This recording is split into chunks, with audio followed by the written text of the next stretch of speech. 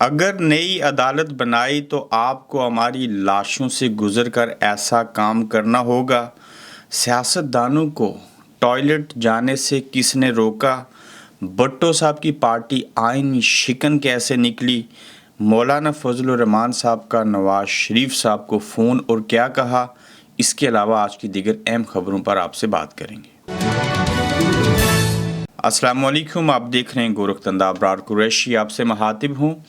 وکلا جو ہیں انہوں نے سر جوڑ لیے ہیں اور لاہور سے ان باتوں کا آغاز ہوگا، جس میں بڑی تعداد وکلا کی شامل ہے۔ اور وکلا نے جو کہا، اس کی جو ایک بڑی لائن ہے وہ یہ ہے کہ اگر آپ نے یہ آئینی ترمیم کی، اگر آپ نے یہ نئی عدالت بنائی اور ایک جج کو کموڈیٹ کرنے کے لیے پوری ریاست کو اور آئین کو پامال کیا، تو ایسی صورتحال میں آپ کو نئی عدالت بنانے کے لیے اور آئینی ترمیم کرنے کے لیے ہماری لاشوں کے اوپر سے گزرنا ہوگا۔ یہ وکلا کہہ رہے ہیں، اور وہ کہتے ہیں کہ 2007 کے وکلا مارچ کو آپ لوگ بھول جائیں گے اور ہم کسی صورت بھی ایسا نہیں ہونے دیں گے، چونکہ سب کو علم ہے کہ کیسے رات کے اندھیرے میں چھٹی کے دن تین جو مسودے تھے آئینی ترامیم کے حوالے سے وہ گھوم رہے تھے۔ مولانا صاحب نے چند چیزوں کو بیچ میں سے نکالنے کا کہا۔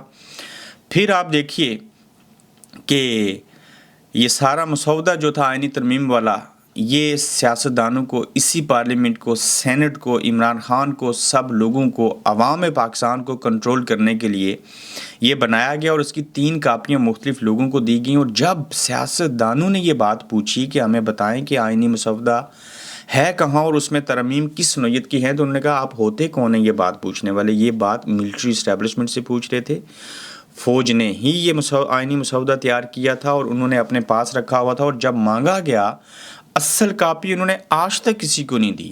انہوں نے ایسی کاپیاں دیں جس کو لوگ دیکھ کے، پارلیمنٹیرین دیکھ کے یہ سمجھیں کہ یہ کوئی اتنا بڑا فساد نہیں ہے، یہ دھوکہ کیا جا رہا تھا، یہ فراڈ کیا جا رہا تھا۔ اور ایسی صورتحال میں وکلا بھی بول اٹھے ہیں، پی ٹی آئی بھی پہلے سے بول رہی ہے، مولانا فضل الرحمان کیا کریں گے؟ یہ بہت بڑا اور اہم نکتہ ہے۔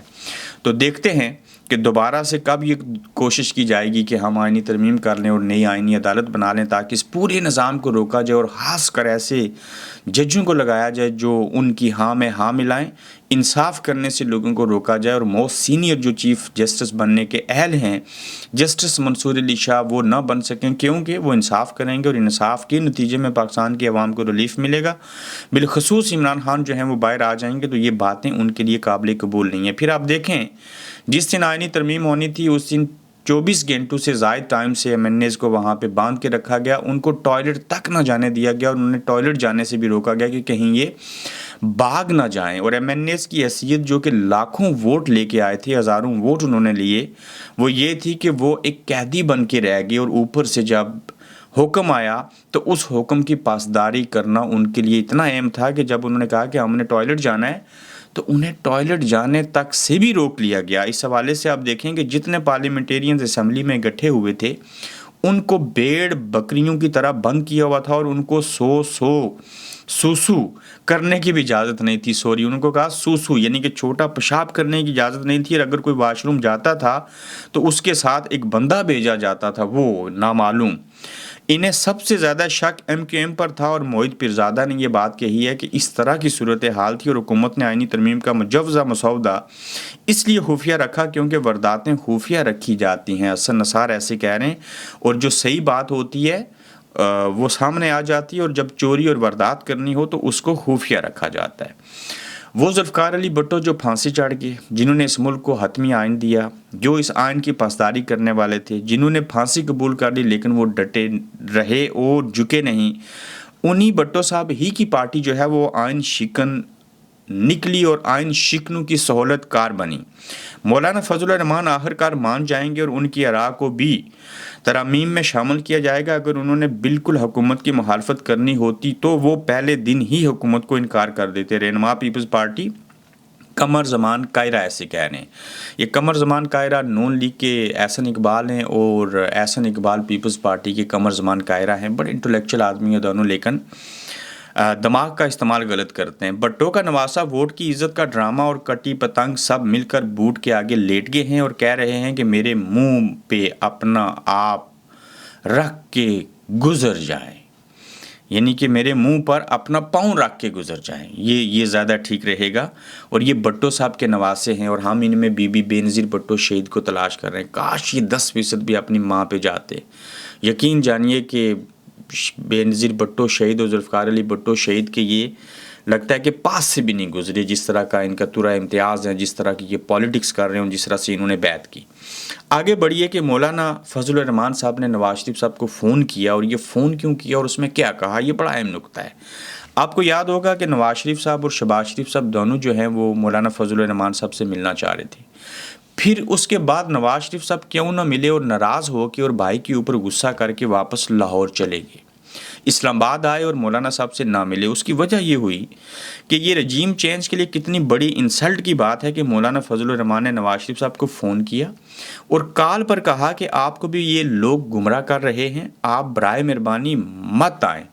यानी कि मौलाना फजलुर रहमान साहब ने नवाज शरीफ साहब को फ़ोन करके मना किया कि ये जो इस्टेब्लिशमेंट है ये आपको गुमराह कर रही है, ये आपसे गलत काम ले रहे हैं, तो लिहाजा आप लाहौर से इस्लामाबाद मत आइए, मिलना तो मेरे साथ दूर की बात, और मेहरबानी कीजिए और ऐसा मत कीजिए। ये बातें कहीं मौलाना साहब ने नवाज शरीफ साहब को फ़ोन के ऊपर कि ये गलत हो रहा है, आप इसका हिस्सा नहीं बनिए, ये आपके साथ धोखा कर रहे हैं, ये चीज़ें जो हैं वो गलत हैं। रही सही जो चीज़ बाकी है वो भी चली जाएगी। ये थोड़े अरसे के लिए इक़्तिदार को संभालने के लिए ऐसा आइन बन जाएगा जिसके शिकंजे में कल मौलाना साहब खुद, पीपल्स पार्टी, नून लीग वाले, ये सारे आएंगे और ये फ़ायदा इस्टेब्लिशमेंट को होगा। याद रखिएगा, इस्टेब्लिशमेंट आज भी पीपल्स पार्टी और नून लीग की नहीं है, वो माजी में भी इमरान खान की नहीं थी, वो आइंदा भी किसी की नहीं होगी। ये एक अलग मुल्क है, इसको अपने मफादात का तहफ़्फ़ुज़ करना है। बाकी सब कौम, मुल्क और मज़हब इवन माज़रत के साथ बाहर में जाए, इन्हें किसी से कोई गर्ज नहीं है, इन्होंने अपने मफादात का तहफ़्फ़ुज़ करना है। अगर आप एक फिर से कहूँगा, जो अहमद नूरानी साहब ने आज से 7 दिन पहले एक एपिसोड किया है कि जर्नैलों की लड़ाई, उसको आप देखें, एक बार समझ ना आए तो दूसरी बार देखें, दूसरी बार समझ ना आए तो तीसरी बार देखें। मैं बज़ात खुद अदना सा सहाफ़ी हो के शुरू से कहता रहूँ कि ये जंग क्या है, मैं चीफ़ क्यों नहीं बना, ये क्यों बन गया, इसको एक्सटेंशन क्यों मिल गई, मैं कब चीफ़ बनूंगा, मैं डीजीसी क्यों नहीं बना, मुझे आईएसआई का चीफ़ क्यों नहीं बनाया गया। ये टोटल यही लड़ाई है। इसीलिए इसका हाल मेरे मुताबिक ये है, भाईजान आप खुद से लगा दिया करें डीजीसी, डीजीआईएसआई, आर्मी चीफ़, ये हुकूमत और वज़ीर आज़म को नहीं कहा करें ताकि ये बगाड़ पैदा ही ना हो। तो ये मौलाना साहब ने फ़ोन के ऊपर ये मियाँ साहब को कहा था कि मत ऐसे कीजिए, ये धोखा है, एक जाल है जिसके अंदर आप फंसेंगे। तो जब ये चीज़ें हुई तो फिर उसके बाद मियाँ साहब वापस चले गए इस्लामाबाद आके भी। नई अदालत का मकसद क्या है? आइनी तरमीम का मकसद सिर्फ एक था कि काजी फायद ईसा साहब को रिटायरमेंट के बाद एक नई अदालत का चीफ जस्टिस मुकर्रर किया जाए जो सुप्रीम कोर्ट से भी ऊपर हो और जहां इमरान खान के मुकदमात चलाए जाएं, और उसी अदालत से पीटीआई को बैन करवाने का मंसूबा था। सलमान अकरम राजा साहब ने ऐसे कहा, यानी कि सुप्रीम कोर्ट से ऊपर भी कोई अदालत हो सकती है, आईने पाकिस्तान से भी कोई बड़ा हो सकता है, रियासत से भी क्या कोई बड़ा हो सकता है? हाँ, रियासत से बड़ी रियासत है जिसको मिलिट्री इस्टेब्लिशमेंट कहते हैं। तो ये पूरा मंसूबा था जिसको नाकाम बनाया गया। नून लीग वालों, अपनी औकात में रहो, ताकतवरों का हुक्म। अब ये बड़ा अहम नुक्ता है। पीपल्स पार्टी के मिलने वाला मसौदा JU फे के मसौदे से मुख्तलिफ निकला। जब PMLN के 3 सीनेटर्स ने पार्टी से पूछा कि मार्केट में तरमीम के 3 मुख्तलिफ ड्राफ्ट घूम रहे हैं, असली कौन सा है, तो इन्हें कहा गया कि अपनी औकात में रहो, बकवास मत करो, ये जितने भी हैं वो सारे हमारे हैं, जो दे रहे हैं उसको पढ़ो। हामिद मीर साहब ने ये इंकशाफ किया। आखिरी नुक्ता है, 6 महीनों में पाकिस्तान ने क्या कर लिया।